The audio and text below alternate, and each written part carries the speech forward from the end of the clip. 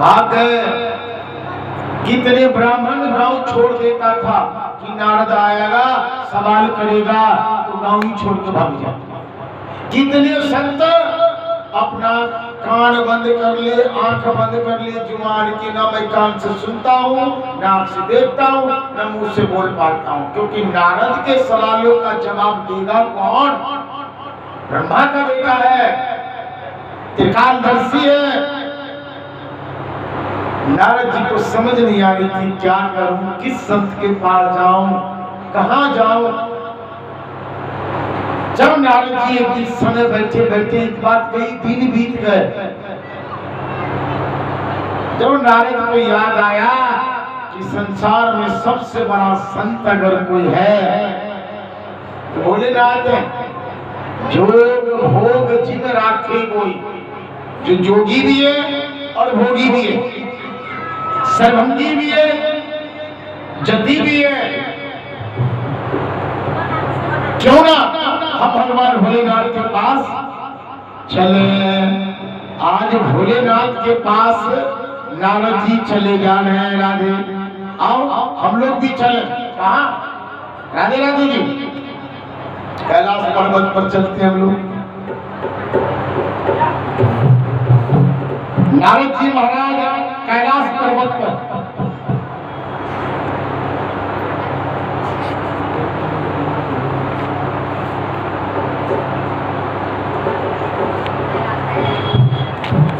कैलाश पर्वत पर भोलेनाथ के लिए चल पड़े हैं। आप लोग भी मेरे साथ चलो जी।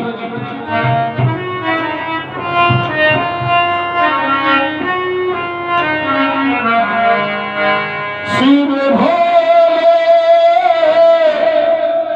और गिरधारी,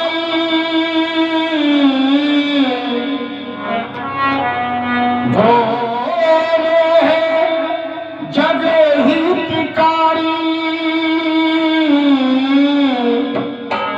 अंतर क्या दोनों की प्रेम बोलो, अंतर क्या दोनों की चाहत बोलो।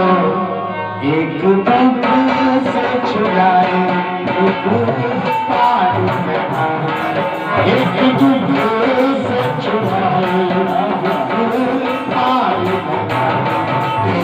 भोले और गिरधारी गिरधारी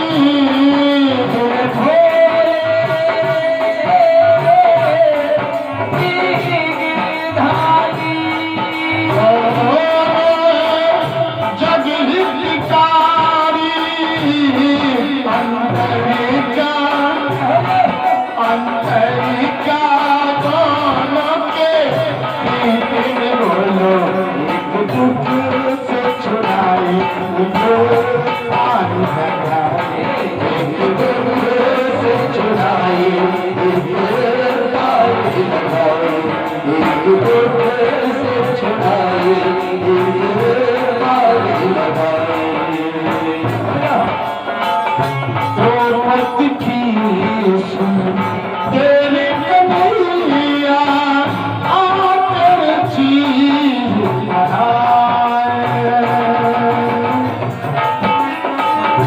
द्रौपदी सुन तेरे कन्हैया आकर चीर बढ़ाए।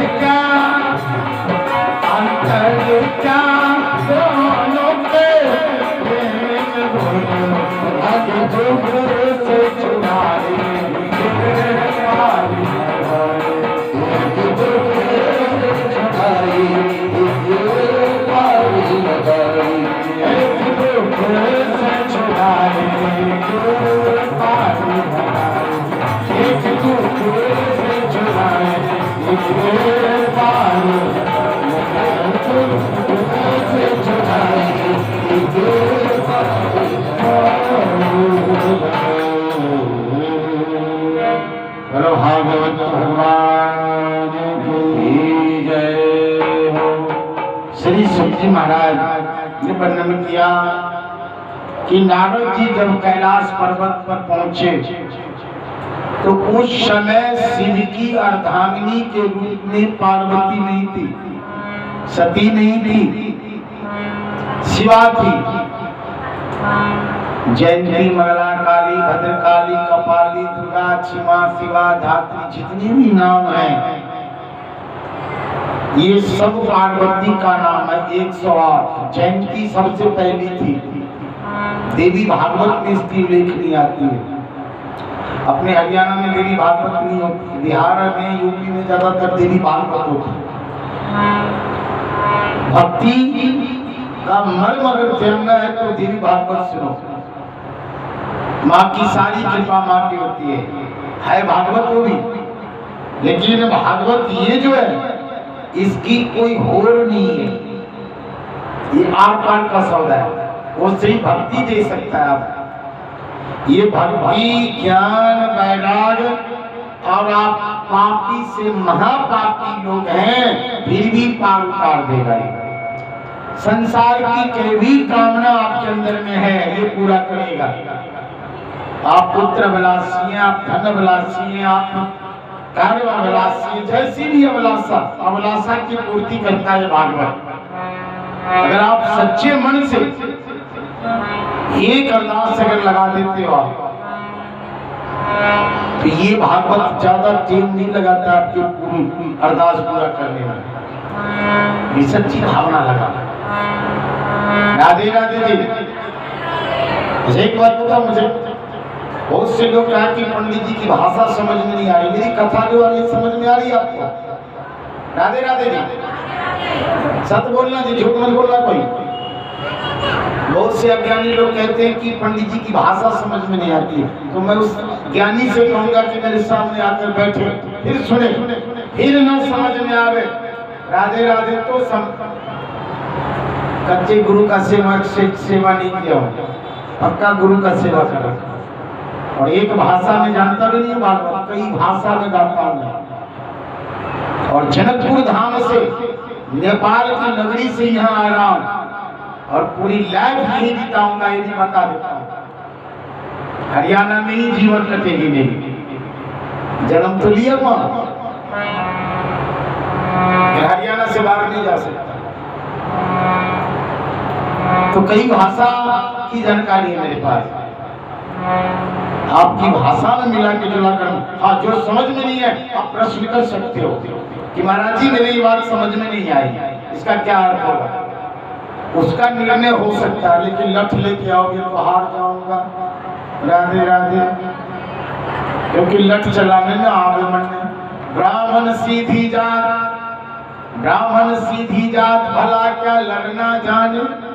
जो कोई जोड़े हाथ उसे आशीष बखाने। में इतना काम कर सकता हूँ। जिंदे रहो, खुश रहो बेटा, बढ़िया रहो। एक काम ब्राह्मण कर सकता है, और ब्राह्मण के हाथ में तलवार दे दो तो क्या चलेगा वो? राधे राधे। ब्राह्मण तलवार चलाने में अच्छा नहीं है। ब्राह्मण वेद अगर चलावे, ब्राह्मण मंत्र चलावे, ब्राह्मण यज्ञ चलावे तो ब्राह्मण है। तलवार चलावे राधे राधे ऐसे ब्राह्मण। बोलो वृंदावन बिहारी लाल की। तो मैं कह रहा था, समझ में आ रही है ना मेरी कथा? जो समझा रहा हूँ समझ में आ रही है ना? क्योंकि पूरी भागवत संस्कृत में है। बोलूंगा नहीं समझ पाऊंगा, मैं भी खुद नहीं समझ पाऊंगा, निकल तो जाऊंगा पढ़ के राधे राधे, लेकिन इतना समझा नहीं पाऊंगा। लेकिन मैं कोशिश करूंगा कि थोड़ी सी संस्कृत और बड़ी सी हिंदी में भाषाओं में मिलाकर आपको समझाता चलूं। सुखदेव जी महाराज ने वर्णन किया कि जयंती का रूप जो धारण किया था मां ने कब? राधे राधे। लोग कहते हैं कि शिव जी के पिताजी का क्या नाम था जी? जानते हो कोई आप लोग? शिव जी का पिता का नाम, विष्णु के बाप का नाम, ब्रह्मा के बाप का नाम वेद में भी नहीं मिला है। और आप पूछोगे आप बताओ पंडित जी, तो मुझे भी पता नहीं है। राधे राधे। और जो पता है उसकी बता दूंगा मैं। ये आदि शक्ति के पुत्र हैं, जिनके ना तो मां ना बाप, ये मानस पुत्र हैं। और मानस पुत्र का मतलब ये होता है, जैसे राम जी, राम जी किसके पुत्र हैं जी? राधे राधे जी, जोर से बोलो, सवाल बहुत तगड़ी आ गई। राम जी किसके पुत्र हैं? पक्की गारंटी? राजा दशरथ निपुंसक था और कौशल्या के गर्भ से बालक हो ही नहीं सकता।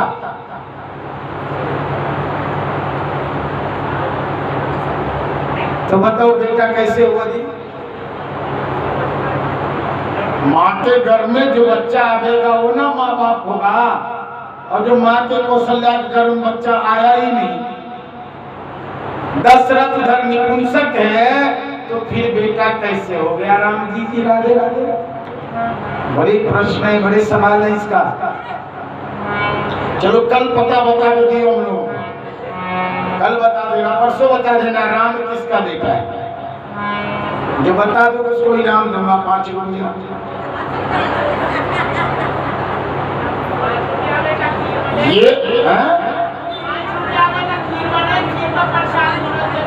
ये हुआ मेरा 5 रुपया बहुत भारी पड़ेगा, न जाने कितने करोड़ में जाएगा वो।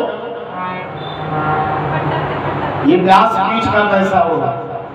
और यहाँ मैं नहीं बोलता हूँ, मैं कुछ नहीं हूँ, मैं जीरो हूँ, मुझे कुछ मालूम नहीं है। यहाँ कुछ और शक्तियाँ हैं, वो बोल रहा है। प्राकृतिक चीजें, राम जी प्राकृतिक है, और जो प्राकृतिक है उसके माँ बाप का कोई नाम नहीं होता है। हम कुछ भी लगा सकते हैं, हम कुछ भी बोल सकते हैं। जब आज शक्ति भगवती की इच्छा जगी कि मैं सृष्टि करूं, तो रति गमन करने की इच्छा जगी थी इसको, आज शक्ति की। तो उसने अपने मन से एक योग पुरुष सुंदर पैदा किया मन से, और उससे कहा कि तू मेरे साथ शादी कर, गृहस्थी बसा। उसने नाट गया, देखा मैं नहीं करूंगा। तीसरी नेत्र खुली, उसी समय ढेर कर दिया उसको, रात का ढेर बनाया। फिर एक बच्चा, फिर एक तरुण जवान को उत्पन्न किया माने आज शक्ति ने, जो आदमी कुंवारी है। उससे भी प्रश्न यही किया कि तू मेरे साथ शादी कर। ये भी भागवत की कथा बता रहा हूं मैं अभी। अभी इस कथा को रोक रखा हूँ, देवी भागवत में घूम रहा हूँ मैं ना हो तो देवी भागवत हम बात तो कर लेना कि महाराज जी सही कह रहे हैं झूठ कह रहे हैं। इसने भी मना किया। तब तीसरा को जब पैदा किया मानस पुत्र, तो उससे प्रश्न किया कि अगर तू मेरा कहना नहीं मानेगा तो जैसे रात का ढेर देख रहा है ना, ऐसे ही ढेर बना दूंगी। उस लड़का ने कहा कि ठीक है भाई, आपकी बात नहीं मानूंगा और मेरी बात आपको माननी पड़ेगी। कहाँ मानूंगी? क्या बताओ आप क्या चाहती हो? तू मेरे साथ दाम्पत्य जीवन व्यतीत कर। करूंगा करूंगा मैं तुम्हारे साथ दाम्पत्य जीवन व्यतीत करूंगा। अरे तुम माँ का रूप हो, तुमसे पैदा हुआ हूं मैं, माँ हो तुम, लेकिन दाम्पत्य जीवन बिताऊंगा। लेकिन मेरी भी शर्त है का क्या, तुम इस रूप को त्यागो, ये जो रूप है इसको त्यागो, तुम दूसरे रूप में आओ, फिर दाम्पत्य जीवन बिताएंगे हम। माँ ने कहा ठीक है। तो माँ ने उस रूप को त्यागा तो क्या बनी? जयंती। उसके बाद हुई थी मंगला। जयंती क्या, ये जो को बोलते हम लोग, ये शक्ति है माँ की, पहला रूप है ये, जिसकी हम आप कदर नहीं करते, लेकिन कोई भी शुभ कार्य में इसकी जरूरत पहले पड़ेगी। ये जयंती जो बोलते हैं हम लोग, ये कोई मामूली चीज नहीं है, नौटंकी नहीं है वो कि पंडित ने नौटंकी कर दिया। जितने भी वेदी बने हैं, ये वेदी कोई नौटंकी नहीं है कि पंडित ने आकर ठगना शुरू किया। ये सारे देवी देवता का स्थान है, यहाँ तीर्थता कि आपको बैठने के स्थान यहाँ दी गई है, जनता में नहीं। आप लोगों के लिए जैसे ना कोई कुर्सी पर बैठे, कोई टेबल पर बैठे, कोई नीचे बैठे हो, लेकिन ये आप तो कहाँ बैठे? इनके लिए वेदी है, इसलिए वेदी बनाई जाती है। बोलो भागवत भगवान की जय हो। भगवान भोलेनाथ, उस दिन से इसका नाम पड़ा सर्वभंगी। जब भगवान भोलेनाथ की तीसरी नेत्र जो है ना, माँ ने दिया था। भोलेनाथ के पास एक तीसरी नेत्र नहीं थी। माँ आदि शक्ति दुर्गा, दुर्गा आज भी कुमारी है। दुर्गा पर कभी भी सिंदूर मत चढ़ाओ, रोली चढ़ाइए। नवरात्रा में होती नौ दुर्गा, जयंती, मंगला काली, भद्रकाली, कपाली, दुर्गा, सातवां नाम है। दुर्गा पे कभी सिंदूर नहीं चढ़ानी चाहिए, रोली चढ़ाओ। अभी वो कुमारी है। माँ ने जो रूप त्यागा था वो वही रूप दुर्गा का है, और दुर्गा के नाम से इनकी व्यवस्था से तो पूजा दी गई है इनको साल। वैसे गुप्त नवरात्रा भी होती है, जो ज्ञानी जन लोग गुप्त नवरात्रा करते हैं। जिसको ज्ञान नहीं है वो दो नवरात्रा कर लेते हैं, रामनवमी को भी नवरात्रा और कार्तिक की भी नवरात्रा करते हैं। लेकिन सबसे ज्यादा साधना अगर करना हो, माँ को सामने लाना हो, तो गुप्त नवरात्रा करने की कोशिश करो। गुप्त नवरात्रा में माँ बहुत जल्दी प्रसन्न होती है। राधे राधे। वो आप पता लगाओ ब्राह्मण से गुप्त नवरात्रा कब आती है।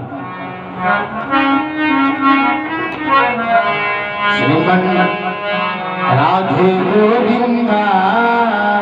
सभी लोग ताली बजा लो, थोड़ा देर भजन करोगे। श्रीमन राधे गोविंदा, मन भजे हरि का प्यारा नाम। राधे गोविंदा की जय हो। सुखदेव जी महाराज ने वर्णन किया कि नारद जी को भोलेनाथ ने समझाया, माँ को, कि नारद से प्रेम करना ठीक बात नहीं है। ये बाप बेटे में लड़वा दी, भाई भाई में लड़वा दी, पति पत्नी में लड़वा दी, झगड़ा इसका इतिहास है। तो इससे दूरी बनाओगे तो अच्छा रहेगा। तो इन्होंने क्या किया,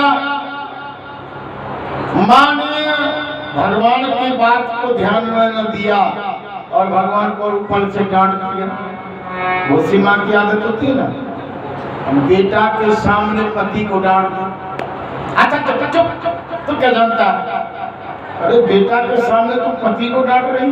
और बहुत सी माँ ऐसी करती है, राधे राधे डांट देते हो ना पति को, क्योंकि अब पति नहीं रहा गया।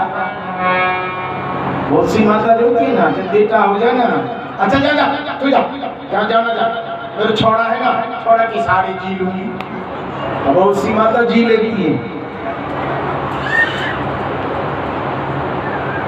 माँ ने भोलेनाथ को दबा दिया। चल चल तू ऐसे बोल रहा, अपने बेटे के प्रेम में फिर से पड़ गई है। अरे भैया लाइट लगवाओ, मुझे ही कहना पड़ेगा, कुछ दिमाग खुद भी लगाया करो, कौन चीज कहाँ पड़ेगी।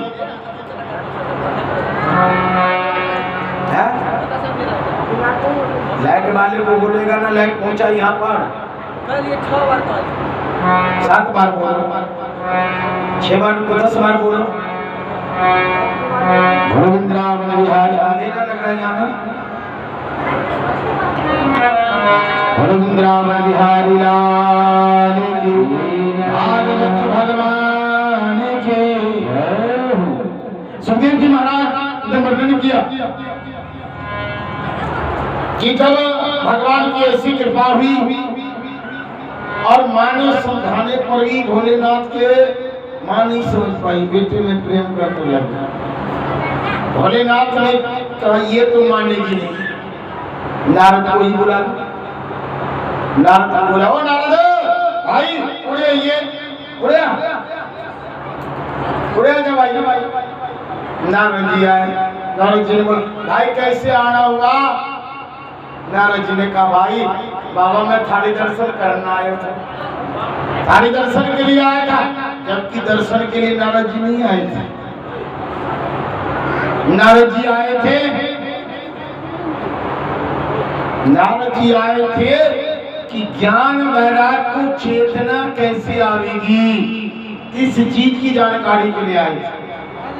लेकिन सवाल ऐसा आ गया कि नारद को कहना पड़ा कि प्रभु आपके दर्शन करने आए थे।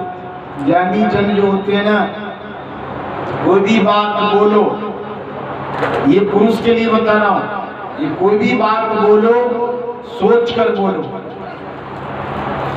हर एक मर्द के लिए बात है, जो भी बात नहीं बोलो सोच कर, जो भी बोलो वो समय को देख कर बोलो कि किस समय में क्या बोलना है। और हमारी माँ बहन के लिए एक विशेष बात बता रहा हूँ, बुरी से बुरी बातें अगर आपके दिमाग में है बोलो, लेकिन सोच कर बोलो कि मेरी बोली का परिणाम क्या होगा, सामने वाले के दिल पर क्या बीतेगा। जो भी बोलो सोच कर बोलो, और जब भी बोलो हंस कर बोलो। आपकी हंसी में लक्ष्मी बसती है, आपके क्रोध में दरिद्र का आना होता है। हमेशा नारी के मुख में हंसी होना चाहिए। कोई भी काम धंधा करो, तुम्हारे मुख पर मुस्कान होनी चाहिए, यही तुम्हारी लक्ष्मी का स्वरूप हो। और हमेशा चिल्लाते रहोगे ना, तो समझ लो तुम्हारे घर में लक्ष्मी तो आएगी नहीं और दरिद्र को कोई रोकेगा नहीं। लक्ष्मी तो नहीं आएगी, लेकिन दरिद्र को कोई रोक भी नहीं लगा सकता है। इसलिए आपके मुख पर हंसी जरूरी चाहिए। गुरु भागवत भगवान की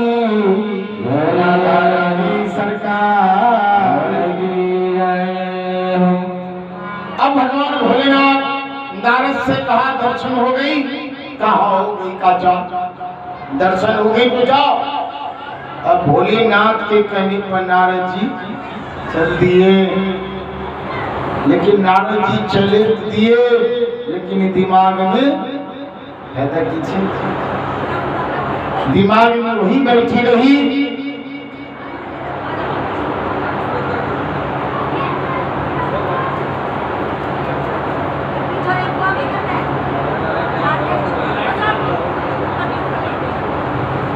दिमाग में एक खटास लगी रही कि भगवान कैसे क्या होगा।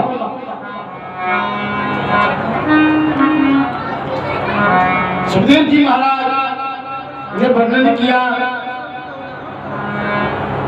कि नारद जी चले गए, लेकिन दिमाग में एक बात थी कि सवाल नहीं हो सका।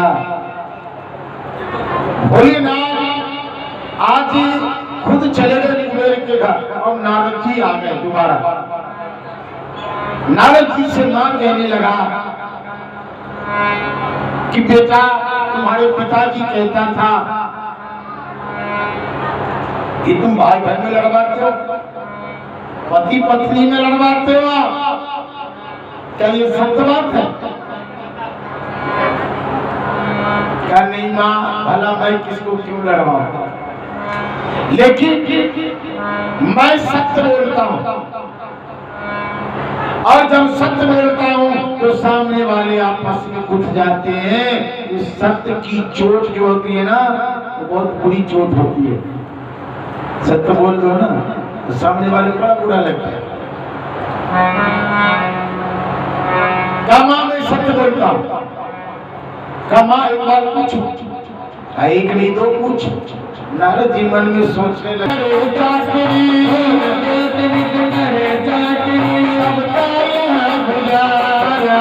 अजब है भोलेनाथ दरबार तुम्हारा, दरबार तुम्हारा, अजब है भोलेनाथ दरबार तुम्हारा, दरबार तुम्हारा। दिन करे चाकरी, दिन करे चाकरी, सबका यार प्यारा, अजब है भोलेनाथ दरबार तुम्हारा,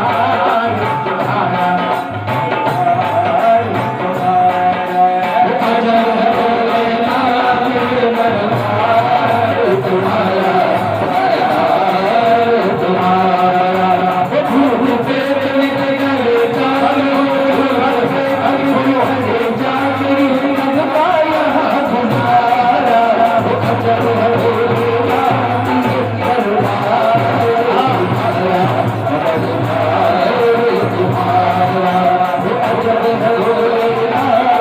दरबार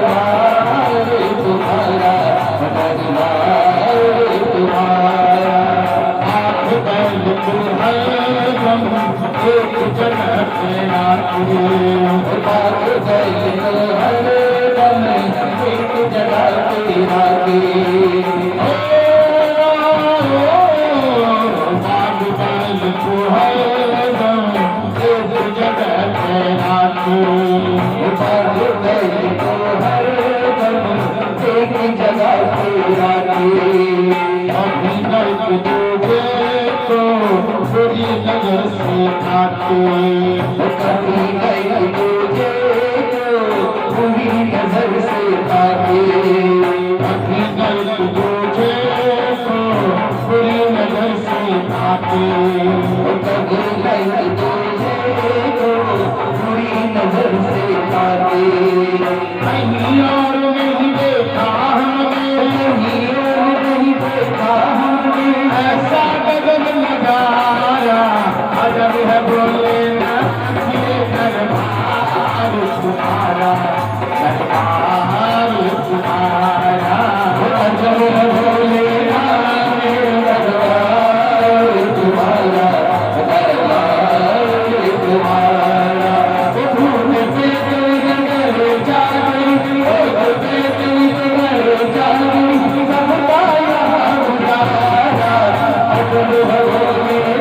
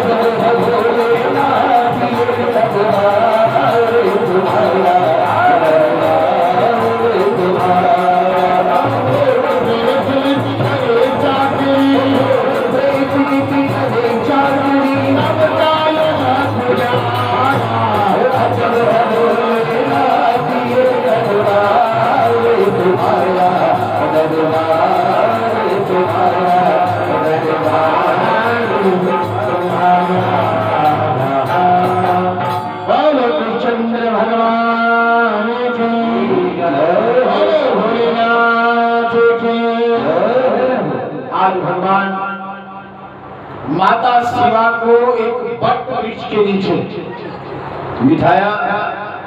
तो वहां एक ही पेड़ नहीं था, दो पेड़ जुड़वा पेड़ था। एक तो बरगद का था, दूसरा आप लोग पाकड़ी बोलते हैं, छात्रों में पाकड़ी, आप लोग पिलखन बोलते हो। पिलखनी का पेड़ होता ना, जो जैसे बरगद से भी जड़ ऊपर से गिरता है, तो पिलखन में भी जड़ ऊपर से ही गिरता है। इसकी भी डाली कहीं भी लगा दो तो लग जाएगा, और पिलखन का भी डाली काट के लगाओ तो लग जाएगा। तो ये दो ही पेड़ ऐसा था जो अमर हुआ था, कथा सुना था। पीपल अमर नहीं है, पीपल सूख जाता है, पीपल मर जाता है, लेकिन ये दो पेड़ नहीं मरता कभी भी, कितने भी टुकड़ा कर दो।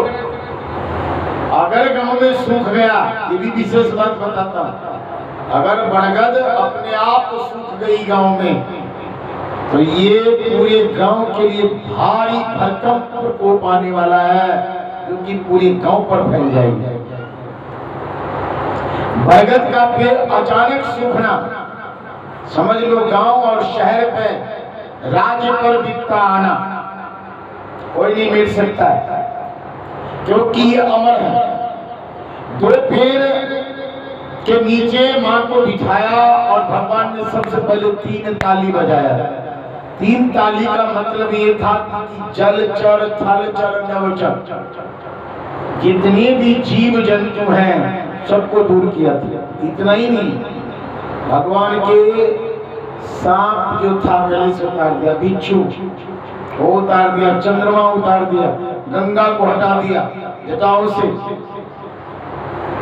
त्रिशूल डमरू को भी साइड कर दिया। सब चेतन था, सबके अंदर में ज्ञान थी। भगवान ने सबको वंचित कर दिया, अकेले शिवा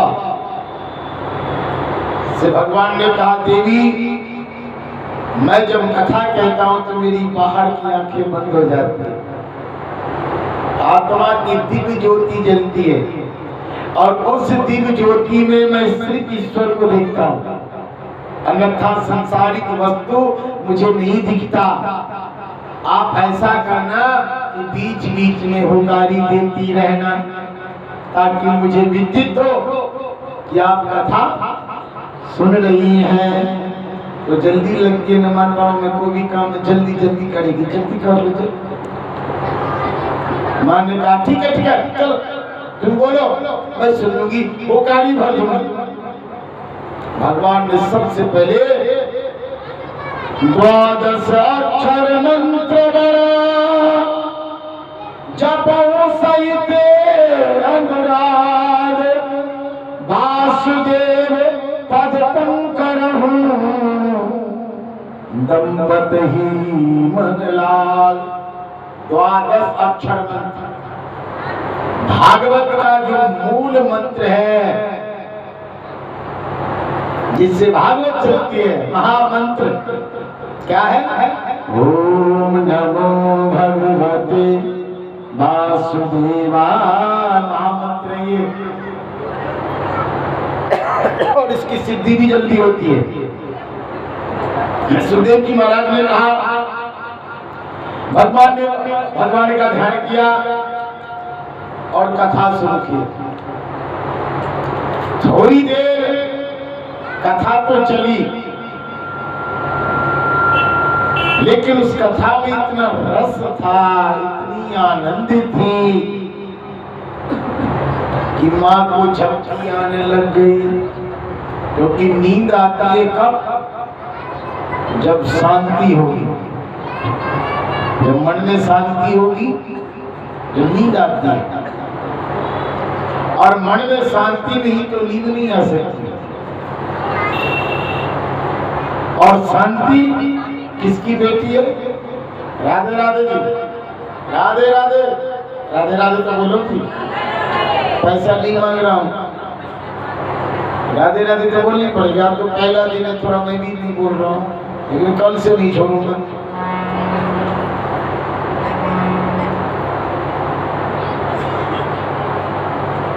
शांति जब तक आपके अंदर में संतोष नहीं आएगी, शांति की बेटी संतोष है,